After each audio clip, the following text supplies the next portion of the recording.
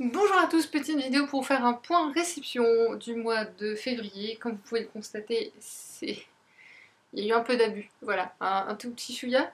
Euh, Déjà à cause de ma libraire parce qu'elle a toujours de super idées et aussi parce qu'il y a des maisons d'édition qui ont fermé. C'est le pire en fait. Je pense que un quart de la pile serait en moins s'il n'y avait pas une maison d'édition qui fermait.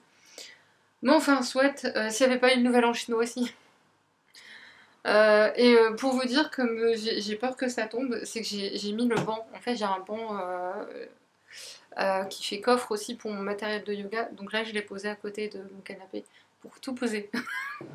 J'étais organisée pour une fois, hein. Parce que c'est très rare que je sois vraiment hyper bien organisée. Généralement, je me lance en freestyle dans le. Enfin, c'est même tout le temps. Je vais en freestyle sur les vidéos, je prépare rien. Voilà. Donc généralement, je coupe parce qu'à un moment donné, je lag. Mon cerveau lag. Et je suis perdue dans ce que je fais. Donc je recommence à zéro. Donc je peux passer 1 heure et demie comme ça, voire 2 heures. Mais c'est pas grave, j'ai le temps. On va commencer avec le. Voilà, je lag. Voilà, vous avez ça. Je vais vous laisser, tiens, pour vous voyez à peu près l'idée de ce que c'est d'avoir un cerveau qui lag comme ça. La masse critique Babelio, quelque chose de Thaïlande que j'avais sélectionné parce que je trouvais ça assez ironique, même comique, puisque je me suis mise aux séries thaïlandaises. Pour ceux qui savent, on met le nez dedans par curiosité, on en regarde une deuxième parce qu'on se dit ouais, c'était pas mal, et puis une troisième, et il suffit de la série en fait. C'est un peu comme, comme pour la lecture, le livre qu'il faut basculer de ouais occasionnel à là, c'est hécatombe. Ça va, moi je suis pas trop écran donc je suis pas non plus hyper addict, mais par contre quand je commence, c'est fini. Je peux passer la journée dessus. Et alors j'ai lu que 24 pages, je peux déjà vous le dire là. C'est hyper intéressant et surtout en le feuilletant juste pour les images, parce qu'il y a beaucoup d'images quand même.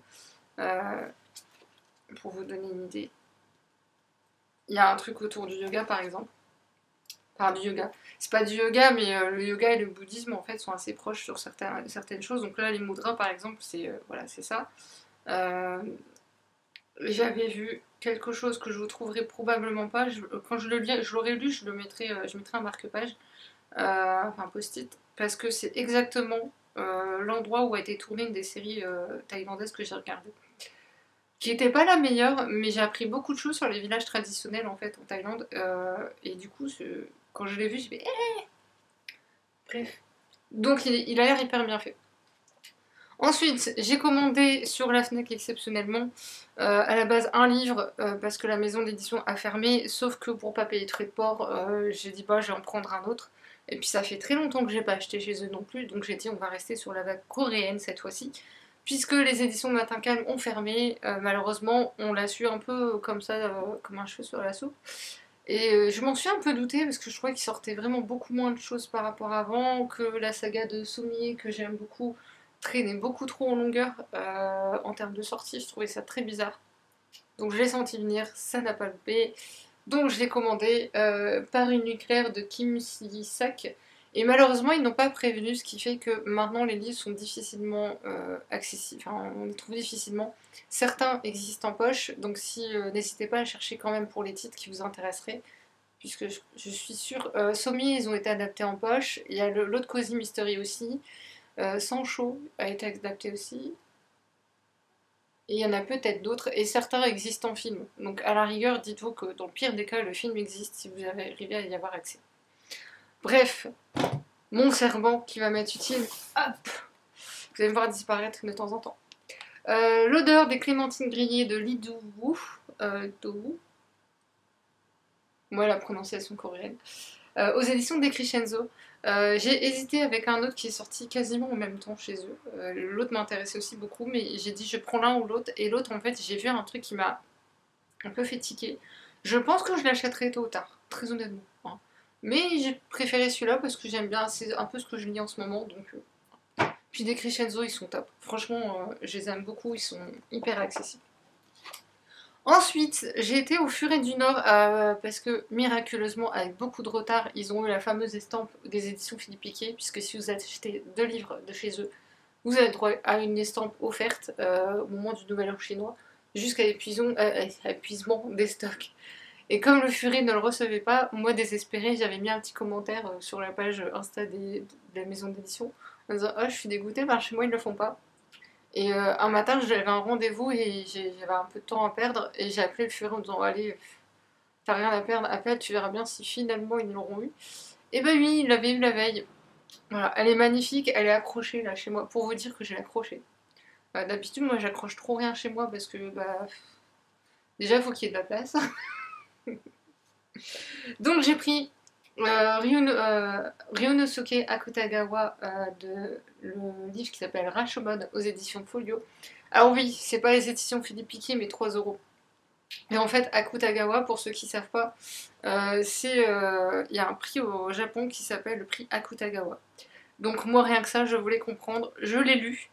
Je sais absolument pas ce que je vais en dire parce que c'est vraiment atypique, c'est vraiment quelque chose que j'ai jamais lu avant. Mais c'était, moi j'ai découvert quelque chose. Sasaki et Miyano aux éditions Akata, le tome 1. Je vois tout le temps passer ce titre. Il y a 8 tomes, je crois, à l'heure actuelle. Et j'ai regardé le résumé, je dis oh allez, ça a l'air d'être dans l'esprit de ce que j'aime bien en général. Pour voir, et ça m'a un peu perturbée. Je vous en parlerai plus ultérieurement. Mon cerveau veut pas aujourd'hui, je vous l'ai dit. Donc je vous en parlerai ultérieurement parce qu'il y a des choses. Je vous expliquerai parce que dans la construction, c'est vraiment pas ce que j'ai lu jusqu'à maintenant. Enfin bref. Chez Piqué maintenant, réellement cette fois-ci, Fantômes et Samouraïs Anchichi mène l'enquête à Edo de Okamoto Kido, que voici, donc du polar. Éloge du peu de Koike Ryonosuke, que voici, je crois que c'est un essai, il me semble, pour bien changer de genre. Et pour encore changer de genre, Mémoire d'un Yakuza de Saga Junichi, que voici. Je fais exprès de cacher le bas parce que je pense que YouTube ne va pas aimer. Mais enfin, on s'en fout de YouTube. Françoisir. Alors Françoisir, j'ai un vrai coup de gueule à faire là pour le coup. On va commencer par ceux où tout s'est bien passé. Les personnages s'éveillent sous les flocons de Sophie Jourdain. Et Sous le ciel d'Eagle Bay de Sophie Jourdain aussi, qui avait un autre nom aussi dont j'ai oublié le nom. Je sais qu'il y a le mot ours dedans, mais j'ai oublié. Je sais pas s'ils l'ont inscrit dedans. Je suppose que non. Je vais tenter le coup, mais... Bah non. Bah non, parce qu'ils sont pas très malins, mais enfin, soit. Bref, il y a un autre nom. Ah si, le dernier sommeil de l'ours. Voilà. Et j'ai dû repasser une commande. Enfin, j'ai repassé une commande puisque ma mère n'a pas eu son livre gratuit parce qu'elle avait commandé un livre gratuit en même temps qu'ils ont oublié. Ils n'ont même pas enregistré dans la commande. Donc j'ai dit, c'est pas grave, moi je veux commander un bouquin, ça tombe bien. Donc j'ai pris son livre gratuit et un pour moi. Et elle a fait par courrier sa commande, la première. Ça a mis 2 semaines. Par courrier, c'est bien, ça va, 2 semaines, voilà. Pour moi, ça a mis autant de temps parce que j'ai râlé. Mais je l'ai fait sur internet. Pour celui-là, meurtre et muffin aux myrtilles et meurtre et tarte au citron meringuée, c'est les tomes 3 et 4 de la saga de Anna Swenson, que j'avais beaucoup aimé. Je suis vraiment pas contente de Françoisir, d'autant que le carton était vraiment déplorable. Je vous parle pas même la facture. Même la facture. J'ai montré ça. Même mon livre, là, ça se voit plus parce que je l'ai bien calé, mais ça se voit un petit peu, mais elle était vraiment gondolée dans le carton. Donc Françoisir et moi, c'est la guerre, ça y est. Ensuite, ma libraire adorée, épisode suivant. J'ai pris Plein ciel de Siècle Weilman, je crois que c'est, aux éditions Big Bang. J'avais hésité, mais déjà, bon, on est d'accord. Je sais, la version reliée est beaucoup plus jolie, mais je me contrefous des reliés s'il n'y a pas une valeur ajoutée en termes de contenu. Je parle de texte, hein, je parle pas juste de beauté. J'ai juste vu les noms des personnages et j'ai dit, waouh, c'est bon, allez. J'aime beaucoup ça. J'avais pas capté. Oui, parce qu'il y a des livres que je feuillette pas tout de suite. Hein. J'aime beaucoup. On n'a pas lu tout de suite, vous connaissez l'histoire. Crescent City, le tome 3 de Sarah Dimas, évidemment. Là, c'est l'exception qui confirme la règle. Il y a des trucs, des sagas que j'ai commencé en relier, je vais essayer de les continuer en relier. Sauf si vraiment il n'y a pas de différence. Genre les Immortels, il n'y a pas de différence, donc... Force Wing de Rebecca Yarros aux éditions Hugo Roman. Oui, c'est de la romantasy, mais je me suis laissée convaincre. Je sais plus pourquoi, mais je me suis laissée convaincre.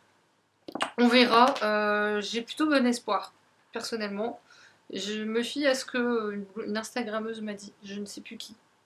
Si elle passe par là, n'hésite pas à faire ta pub en commentaire. Euh, on verra. On verra. Moi, le mot romantasy, je m'y fie pas parce que c'est mis un peu à tort et à travers, honnêtement. Euh, et pour l'anecdote, il y a eu apparemment, il serait soi-disant problématique, sauf que j'ai vu les problématiques qui n'en sont pas, en fait. Parce que c'est même pas sur le contenu qu'on critique, c'est même pas l'autrice qu'on critique, c'est juste ce qu'il y a autour. Les gens, faut respirer de temps en temps. Ensuite, j'ai commandé du coup le tome 2 de la série Anna Swenson, Meurtre et Charlotte aux fraises, aux éditions Point, lui je l'ai pris en poche. Oui, parce que je vais pas faire toutes les sagas en grand format, parce que là il y en a 10 je crois de tomes déjà de sortie. Ensuite, Les fleurs les plus dangereuses n'ont pas d'épines de Lydie Tabarin aux éditions Hachette. Alors là, il y a une petite histoire. Au club de lecture, une personne présente, on a beaucoup de points communs en termes de lecture, l'a présentée et elle m'avait presque convaincue, mais il y a le presque, justement. Et sur Instagram, en commentaire, j'ai mis une fille, j'hésite encore parce que j'ai peur par rapport à la romance, en fait. Et quelqu'un m'a répondu sur le coup, je me dis, c'est bizarre, on dirait que c'est la personne qui l'a écrit. Et oui, c'était l'autrice. Parce que moi, je regarde pas les noms des auteurs en fait. Quand j'achète un bouquin, je vais pas dire que je m'en fous de l'auteur, parce que des fois, quand c'est un auteur que j'aime, oui, forcément, je vais m'y intéresser. Mais si c'est un auteur que je connais pas, je vais pas me renseigner, je m'en contrefous. Si l'histoire m'intéresse, elle m'intéresse, elle m'intéresse pas, elle m'intéresse pas. Point final, c'est tout. Donc voilà, donc l'autrice a achevé de me convaincre. Et je pense, normalement avec moi ça devrait faire, et j'ai aperçu des mots-clés dans le roman qui m'attiraient aussi. Donc, enfin bref. Dead Garden de Cassandra O'Donnell, le tome 1, L'héritière aux éditions Flammarion. C'est la réécriture de Léonora Keane, voilà, je crois que c'est ça. Moi là-bas, j'allais pas l'acheter parce que je me dis, bah, j'ai déjà Léonora, j'ai toujours pas lu, mais je l'ai déjà. Sauf qu'il y a apparemment 125 pages de différence et que tous ceux qui ont déjà lu Léonora et qui ont lu ça après ont dit c'est tellement différent. Et moi, on me dit humour noir, je suis extrêmement fan d'humour noir et le peu que j'ai aperçu, j'ai pas réussi à en trouver dans le bouquin en feuilletant, mais j'ai vu des choses sur les réseaux et j'ai dit avec moi j'ai très bon public moi là-dessus. Les sœurs Wickwood de Ludivine Irola aux éditions Bayard. Ma libraire l'a lu en spécial jeunesse, elle l'a mis en coup de cœur et elle m'a dit gothique. Voilà. Est-ce qu'il y a besoin de dire plus? Non, mais j'ai lu le résumé en fait avant d'aller la voir et déjà il m'a tiré. Elle me dit c'est de la littérature gothique, il y a de la romance, oui, mais gothique, il y a forcément un peu de romance, c'est une obligation, mais ça va. Parce qu'il y a le côté gothique, sombre. Moi ça passe. Moi ça va le faire. Bref. Et enfin, la fameuse maison d'édition qui a fermé ses portes. Tout le monde l'a vu passer sur les réseaux sociaux, ça a fait beaucoup pleurer. Moi-même, j'avoue que j'étais très triste. C'est la maison d'édition Noir d'Absinthe que j'aimais tellement. Mais tellement, honnêtement. Ça me brise le cœur. J'ai pas pu leur prendre tout ce que je voulais parce que financièrement, je ne pouvais pas. Mais j'aurais pu, j'aurais fait. J'ai pris Pic de sel de Marion B, que voici. Il est magnifique. J'ai failli lire le jour même de l'achat, mais j'ai voulu être sage parce qu'il faudra bien en garder un peu sous le coude. Il est très beau. Chère morte de Sarah Bushman, le tome 2 de sa série, dont j'ai tellement aimé le tome 1, dont je vous ai mis la chronique récemment. Il fallait forcément. Et j'ai retardé en fait les achats à chaque fois. C'est ça qui est bête, les petites maisons d'édition, je trouve qu'elles sont vraiment perdantes parce que on les voit pas en rayon dans les petites librairies parce qu'il faut qu'elles choisissent les petites librairies et même si elle s'est agrandie et qu'elle commence à mettre des petits éditeurs, il faut le temps de voir ce qui fonctionne ou pas auprès de son public. Donc, bref.